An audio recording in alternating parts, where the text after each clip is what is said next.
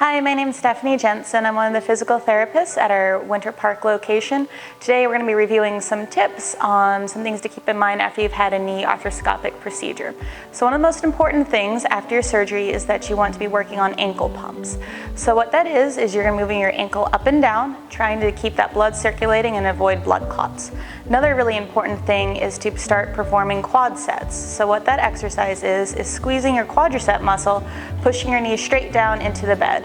By doing this helps to turn that big thigh muscle back on, helping you to walk better. Another important thing to keep in mind after your knee scope is never to put any type of pillow, towel, or other object underneath your knee. We need your knee to go straight and fully extended as soon as possible to normalize your gait mechanics.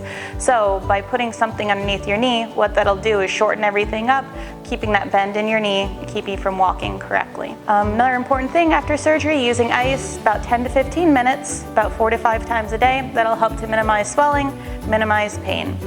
Other thing after surgery is that you'll usually be using some crutches. Now your surgeon will let you know about how long you should be on those crutches or how much weight you can take through your leg. Generally speaking though, we encourage you to take as much weight through your new surgery leg as early as you can. So with that, using the crutches, we recommend having 3 fingers between the armpit and the top of the crutch, and then where your wrist falls to, that is where the handle on the crutch should be. Good luck with your surgery.